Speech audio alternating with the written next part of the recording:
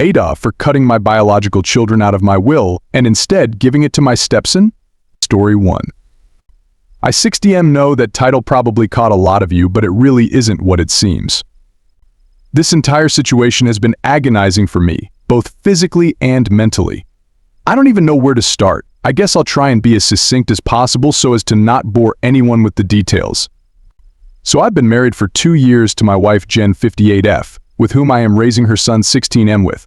Man, words can't describe how much I love that kid. I treat him fully as my own. He's such a nice boy, and I'm proud to say he gets on with me very well. I also have 2 children from a previous marriage, 30M and 27F, from my now ex-wife 60F. Long story short, I've cut my bio son 30M and daughter 27F out of my will. They are to inherit nothing. I run a rather successful business and own a few houses which are worth a lot. I had always intended to pass that on to them. The business to my son and the houses split between my son and daughter. I know it's a bit morbid, because there's nothing really wrong with me health-wise, but I've always been open with that to them. To be honest, they both had a spoiled upbringing, so they had a head start in life, which is the complete opposite of how I grew up. Now, if we wind the clocks back some 5 or so years ago, I was married to my now ex-wife. We had been married for 35 years. We did have our ups and downs like any other marriage, but there was never any infidelity or anything. Well, long story short, I ended up coming home to find her in bed with another man. Of all the ways to find out your spouse is cheating on you, that was the one I did not expect. Not because of how disrespectful it was, because at that point respect is out the window, but because of how stupid it was. I did a lot of late work at my office during that time, but surely they weren't that stupid. At that moment I was seething in rage and had to restrain myself from beating the ST out of that guy. I ended up divorcing her and keeping my distance from her. I needed a lot of therapy and support to get through that. My relationship with my bio kids was still great and they understood what I was going through, or so I thought.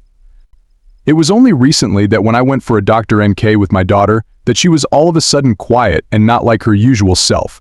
I asked her what was wrong and she said she was scared to tell me. I calmly reassured her that everything would be okay.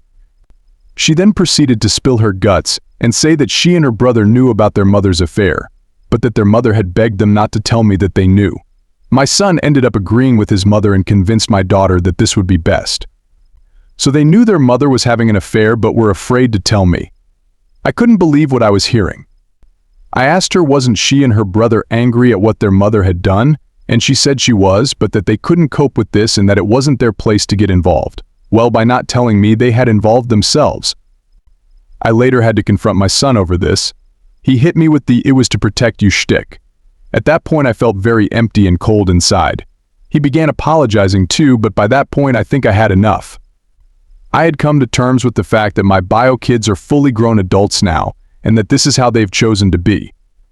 I'm not going to fully go no contact with my own kids. I can't bring myself to do that. But I don't want much of a relationship with them either. I had to sit down with them both and inform them that I'd cut them out of my will, and that stepson would be inheriting much of what they were going to get. This led them to have outbursts of which I myself didn't even experience when I caught their mother cheating.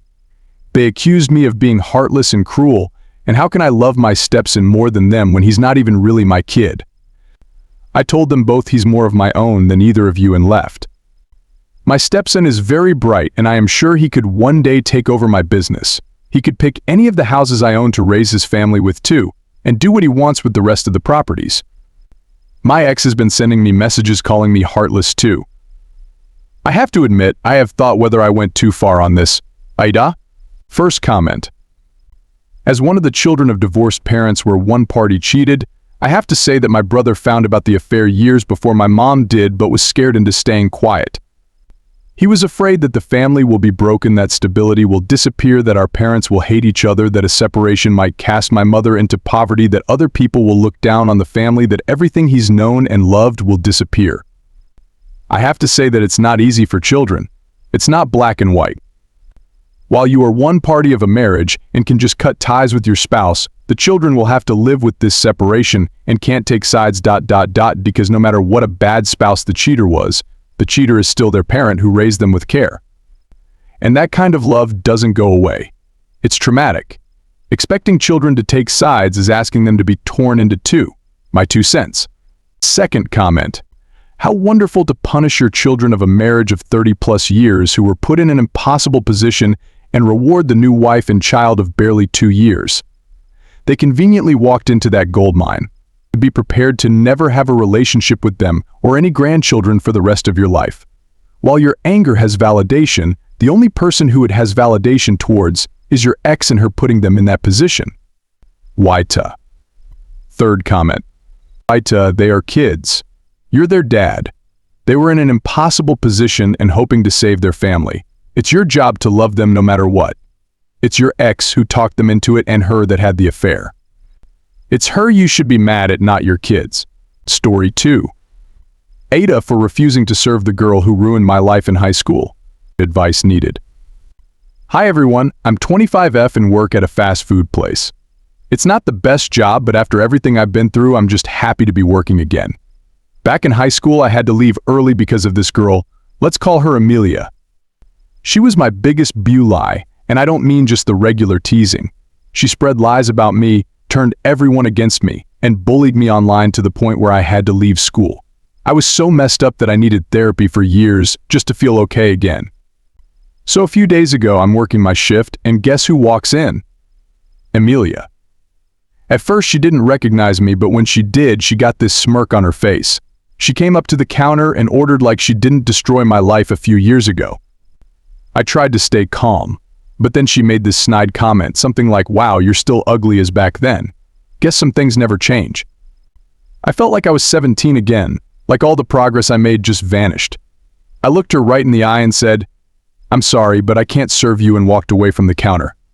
My coworker, who knows a bit of what happened to me, stepped in and took her order instead. Amelia looked shocked and honestly, a little pissed off, but she didn't make a scene.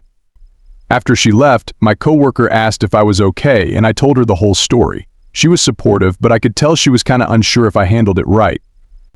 Later, my manager heard about it and asked me why I refused to serve a customer. I told her everything, and while she was sympathetic, she said I should have been more professional and just done my job. Now, I'm really torn. On one hand, it felt good to stand up for myself after everything she put me through.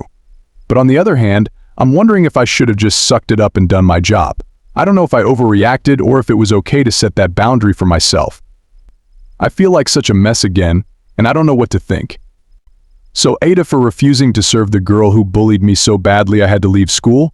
Should I have just put my feelings aside and done my job, or was it okay to finally stand up for myself? First comment, NTA. Your manager is an idiot. The comment about being ugly was enough for most restaurant managers to kick her out and ban her. A good manager will stand behind their employees and not tolerate ABSC from a customer. Second comment, NTA, you were super classy. Girl, lol, if that was me, I would. But let me just say in the words of Miss Olivia Newton-John, let's get physical. This lie is a disgusting human being who peaked at high school. Because she had to regress to that high school persona just to feel happy about her life. Third comment, NTA. Walking away is better than escalating a situation, which is what would have happened if you continued to serve her. Your manager should back you up because she became verbally abusive to staff. She should be barred from the location as her behavior isn't corrected. I would speak to manager again to clarify what the procedure is when customers become verbally abusive. And if it does not comply with manual, then speak to HR. Bullies don't like to be bullied back. A little pushback will usually put them in their place. Story 3. AITAH for not letting my sister's newborn stay at my house because I'm still upset she didn't invite me to her wedding. Hey Reddit. So, here's the deal. My 28F sister 25F recently had a baby, and she asked me if I could babysit for a couple of hours next week while she and her husband go out for dinner. I was like, excuse me? Didn't you forget something? The fact that you didn't even bother to invite me to your wedding. Here's the backstory. She got married last year in a tiny ceremony with only her in-laws and a couple of friends, no family. I was devastated when I found out through Instagram, and I'm still salty about it. Like, how do you just cut your family out of such a huge moment? So now I'm supposed to just forget all that because she had a baby? Nope. I told her that I'd be open to watching the baby, but she'd have to come to my house for a family talk about the wedding first. Of course, she was furious and accused me of being petty. I told her it's not petty, it's just setting boundaries. Now she's saying I'm being unreasonable and that I should be excited to be an aunt, but I can't help but feel completely overlooked. I mean, am I supposed to just roll over and pretend everything is fine when she didn't even acknowledge me on one of the biggest days of her life? So AITAH for refusing to babysit unless she talks to me about the way she treated me during her wedding? First comment, TA. She can ask the people who were good enough to go to the wedding to babysit. Second comment. I thought the same thing as most of the comments are saying there's more to the story, but then I thought if Op or her parents are so evil, why would her sister let her take care of her brand new baby? I think this is just a case of you think you are closer to her than she is to you. Third comment. Bull. Not only not invited to the wedding, but you also found out on socials. That would hurt most people's feelings.